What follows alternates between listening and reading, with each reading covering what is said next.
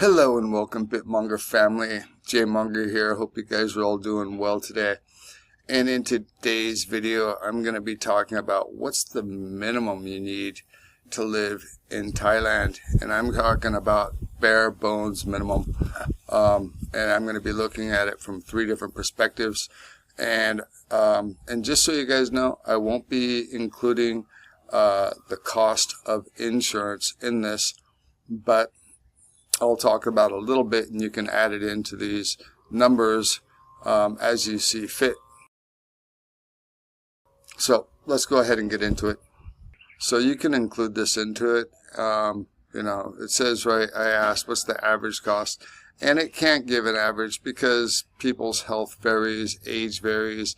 So I took it gave me this data though. For the middle-aged man, a 2023 survey on expat showed the annual cost averaging 50,000 baht or $1,400 for routine medical needs, but a major surgery could cost 300,000 to 500,000 baht, $8,500 to $14,000. So I would say you should probably have about 500,000 baht as backup in the event something were really bad that you needed surgery.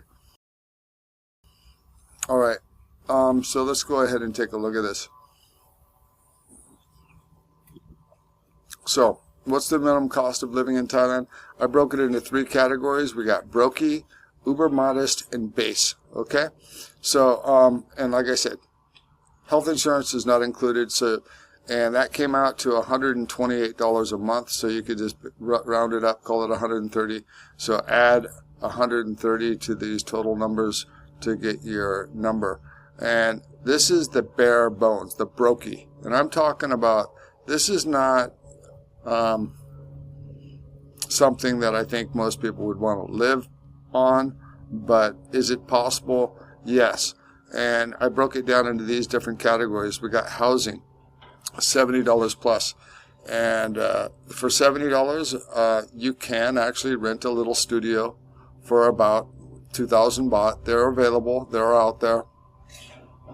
So that's what you can expect on a bare bones minimum. Utilities and water, I put $30. So you're not running an aircon most likely. Maybe you got a fan, and you're probably not running it all the time. You might be able to. I've never done it that way, but I would guess $30 minimum. Phone, $15, and that's like a bare. I think you might be able to get it for around $12 to $15 for a monthly plan on a phone. You're not going to be able to be calling many other numbers though if they're not on the same network. That if you're calling other numbers on the same network, that's going to add up quickly. So that's only calling numbers on the same network on one of the cheaper monthly plans. Food and drink, $180 a month. Now that's considering that's $6 a day. If you make your own breakfast, if you eat just Thai food, if you shop at the market and you're very frugal about that, it can be done. So there you have it. Transpos I got it down here is $25 a month, and this would be probably you're walking most of the time, or you're taking the non-air conditioned buses when you need to go places.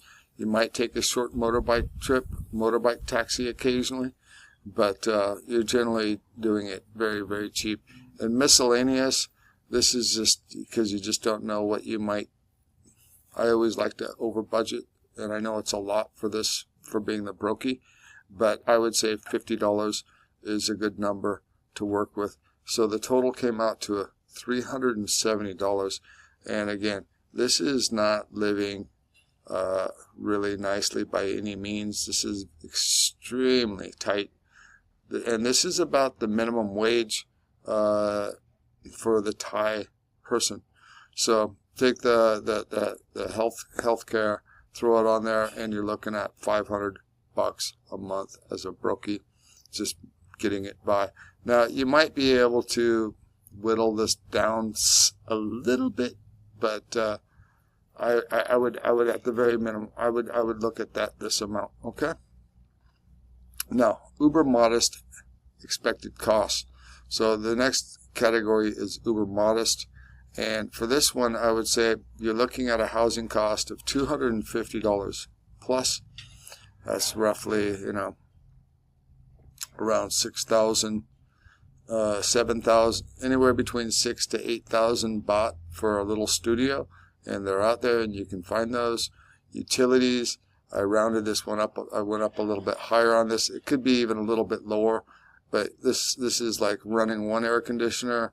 Maybe you're running it only at the night during part of the day. You're not running it all the time, and your water.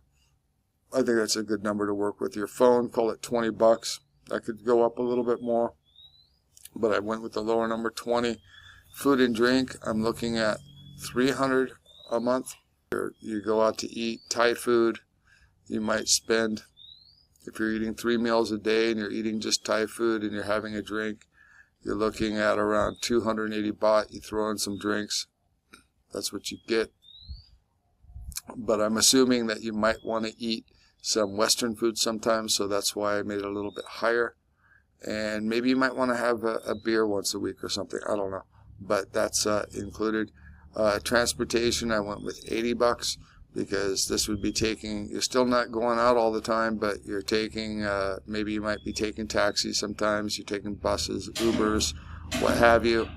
And then I threw $100 into miscellaneous. And for miscellaneous, I put in $100 with the total coming out to be $830. You throw in the insurance, you're looking at roughly $960. Okay, call it $1,000 for uber modest. But that's okay. But you're not going out and partying and doing that type of stuff. Okay, but not by any means. Or if you do, you're doing it very irregularly. I would consider this kind of tight to live on, but it's manageable. It can be done. And this is what I would say is probably the most common and base expected cost that you should be considering if you're moving here. And I would say this, and this one can vary, but we got housing and this one. The further you're in the city, in the center of the city, it gets more expensive, clearly. So that's something that you need to be thinking about. But I put it at $400. It could be $350, $400, around in that zone up. Okay.